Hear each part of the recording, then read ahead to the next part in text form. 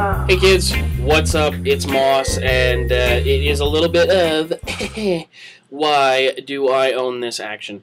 And this week I want to go batty. That's right, because I posit to you, my friends, Batman, number 204 from 1968. Yeah, that's right, we're going old school. We're going all the way back on this week's Why Do I Own This? Because the 60s and 70s, while bringing us some of the coolest, characters, the Fantastic Four, Spider-Man, this kind of thing, in all of comics, also had some of the most insane plot points and storylines ever. Check out some of Jack Kirby's Captain America from the era, and you'll see what I'm talking about. Just absolutely nutty stories. And in this one, what attracted me to this is, as you can see, Batman is being assaulted by several blind people.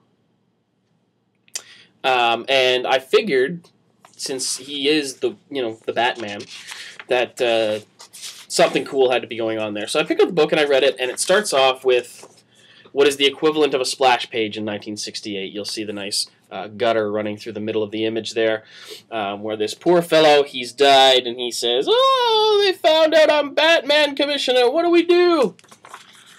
So Commissioner Gordon, proving that the police and detective skills of the era were clearly far superior, he cruises down to the scene, and he's like, "Oh man, the guy wrote on the wall and said he was Batman, and he's dead. I guess Batman's dead. Yep, I guess he's dead." And then when someone says, "But Commissioner, what?" He says, "Well, who would lie about something like that?" Convicted. No other proof is needed. So finally they convince Commissioner Gordon that maybe, excuse me, their little breakfast, that maybe they should do a little, I don't know, police work. So what does he do? Well, he calls Batman, calls him on the phone, and he's like, "Hey, put me through to Batman. I gotta make sure this cat ain't dead." And it rings, and it rings, and it rings, and unfortunately Batman does not answer. So there you have it. Clearly, Batman, dead. Dead. He's dead. Grant Morrison, sorry. Clearly a blind guy beat you to it. But have no fear, because Batman is actually not dead, and he does show up to the crime scene to try and prove that he's not dead, but they don't believe him. They don't believe that he's Batman.